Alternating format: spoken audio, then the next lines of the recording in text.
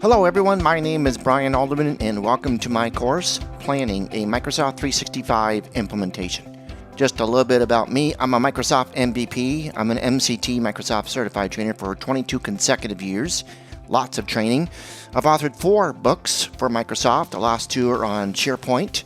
I'm a speaker at several SharePoint and Office 365 conferences around the world, and I'm a trainer and consultant at my own company called MicroTechPoint. Microsoft 365 offers a suite of products and services that includes Office 365, the Windows 10 operating system, in addition to Mobility plus Security, all of which can be deployed throughout your organization.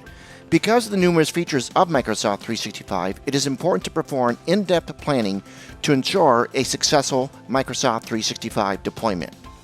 In this course, we are going to introduce and discuss 3 major topics. First, an explanation and discussion on the components included in Microsoft 365.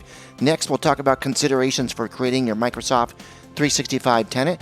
And thirdly, we'll talk about considerations for migrating your existing data to Microsoft 365, including email as well as shared and personal files.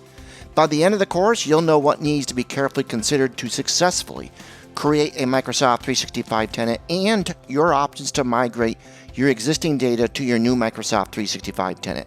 However, heads up, before beginning the course, you should be familiar with your organization's planning policies and have a general understanding of Office 365 as well as the Windows 10 functionality, in addition to what type of data that needs to be migrated to Microsoft 365. I hope you'll join me on this journey to learn about Microsoft 365 planning considerations with my Planning a Microsoft 365 Implementation course available here at Pluralsight.